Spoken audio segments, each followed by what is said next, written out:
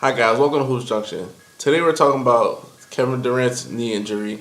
He suffered a grade 2 MCL sprain with a tibia bone bruise, and his knee is out. He's out indefinitely, and he's out to the rest of the regular season. The Warriors said that he could possibly play again this season, but I don't know if they'll take that chance. I just want to start off with this. Anybody that said, well, that's good for him. That's good. That's what he gets because he went to the Warriors. It's karma, etc., etc. I think that you should take yourself right now and go jump off a bridge. You should never ever wish anybody to be injured, or you should never rejoice at anybody being injured. I remember a couple years ago in the NBA Finals, LeBron's first trip back with Cleveland since coming back. Kyrie Irving, he got hurt and he cracked his kneecap, and I felt so bad for him. I think I tweeted out, I was like, you gotta feel so bad for this kid. This is like a once in a lifetime opportunity, and then for you to be, knocked out due to injury. You should feel bad when somebody gets injured. You shouldn't be rejoicing. You shouldn't say, well, yeah, that's what he gets. Yes, like you shouldn't ever feel like that, because the same thing that you're wishing on another person or another team probably is going to be the same thing that happens to your team. Anything can happen, so you shouldn't be wishing injury on anybody.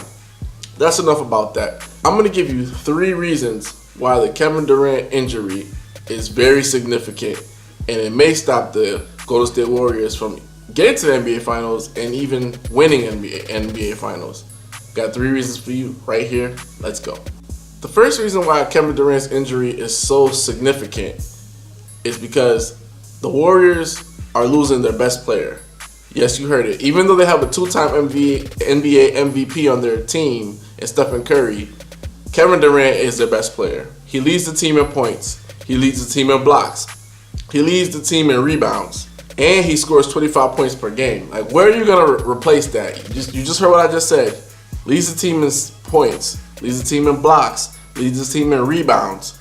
Where are you going to replace that? Some teams, they can't function without their best player at all. Like, if you look at the Cleveland Cavaliers, they're like 4-19 when LeBron doesn't play. So they barely win any games. So this void of Kevin Durant not being able to play is going to be very, very difficult for the Golden State Warriors to win games, because they rely on him to do so much. They've been playing through him so much, especially in the high post. He creates so much havoc on the opposing team. Everybody else in the Warriors, they pretty much get open by backdoor cuts, a lot of ball movement. KD, when you give him the ball, he's like an automatic scoring machine. So where do they replace that? They can't. And that could cause them to slip in the standings, and that's going to hurt them tremendously.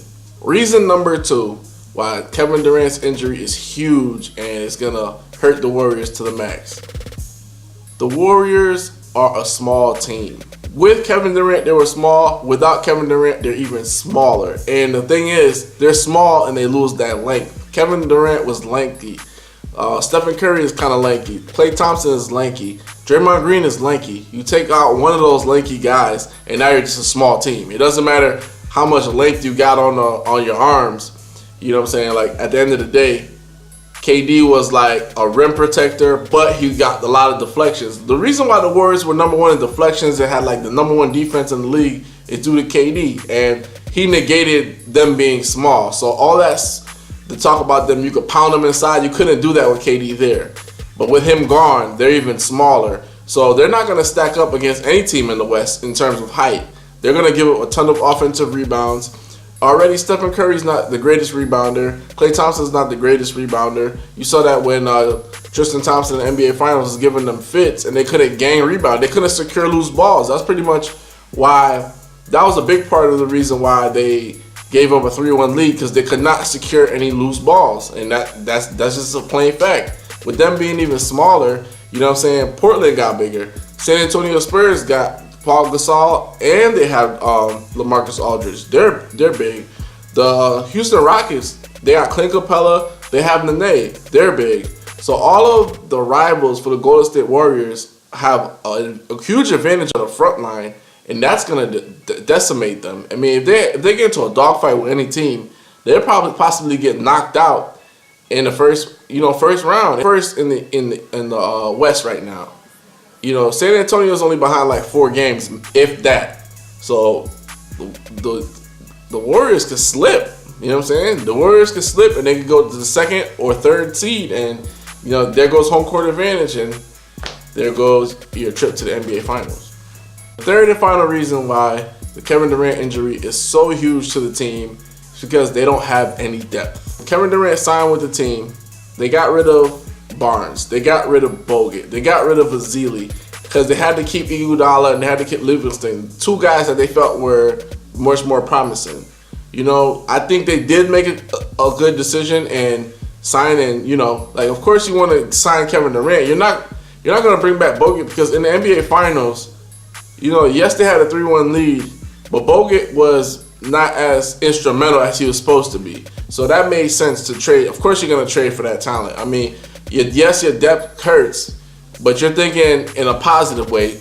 You're not worried about Kevin Durant getting injured. Kevin Durant's injury makes you regret that signing because honestly, the Warriors are only 1 game away from winning the NBA Finals. If Harrison Barnes could knock down maybe 2 wide open threes, maybe 1 open 3, the Warriors win an NBA championship. Harrison Barnes missed a whole bunch of wide open shots, which was uncharacteristic for him. LeBron was guarding him, and LeBron didn't even go check him anymore because it was so awful. So now this happens. Now Durant gets injured. You don't have any more depth, and basically, you're going to depend on Curry, Clay, and Draymond to max out their minutes just for you to make it to the playoffs with a number 1 seed. Those guys are going to be burnt out, and then if depending on KD's timetable to come back, it might be even longer. So the depth is horrible. Like you don't have a great backup point guard. You don't have a great backup shooting guard. You know what I'm saying? Like Iguodala is coming off the bench. They might have to slide him in the starting position, which completely kills their depth. They don't have any at all. And every other team that they're going to be facing in Western Conference playoffs, they all have depth. Rockets have depth. San Antonio has huge depth. You know what I'm saying? Let's just say the Warriors will make it past that gauntlet right there.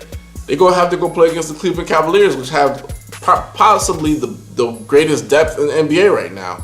They're stacked at every position, and they have backup for backups. They have backups that could be starters on other teams. So that's just killer right there. So I don't know what the Warriors are going to do. I know they want to think positive, but I don't see much positive coming out of this. This is Vlad from Hoops Junction, where hoops means hoopla. Peace.